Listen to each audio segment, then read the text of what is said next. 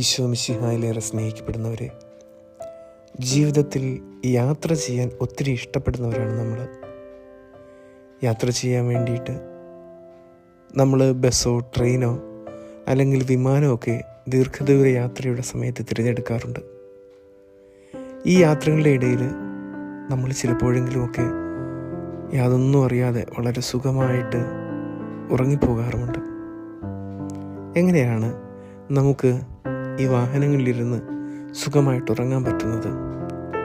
കാരണം നമ്മൾ കയറിയിരിക്കുന്ന ഈ വാഹനത്തിൻ്റെ ഡ്രൈവർ നമ്മളെ കൃത്യസ്ഥാനത്ത് ഒരു പോറൽ പോലും ഏൽപ്പിക്കാതെ, അപകടമൊന്നും വരുത്താതെ എത്തിക്കും, എന്നെ സുരക്ഷിതനായിട്ട് ഇറക്കും എന്ന ബോധ്യത്തിൻ്റെ പുറത്താണ് നമ്മൾ എല്ലാം മറന്ന് സുഖമായിട്ട് ഉറങ്ങുന്നത്. ഇന്ന് വിശുദ്ധ മത്തായിയുടെ സുവിശേഷം 6-ാം അധ്യായം 25 മുതലുള്ള വാക്യങ്ങളിൽ ഈശോ നമ്മളെ ഓർമ്മപ്പെടുത്തുന്ന ഒരു കാര്യമുണ്ട്. ആകാശത്തിലെ പറവകളും വയലിലെ ചെടികളുമൊക്കെ വളരെ നിസ്സാരങ്ങളെന്ന് നമ്മൾ കരുതുന്നവയാണ്.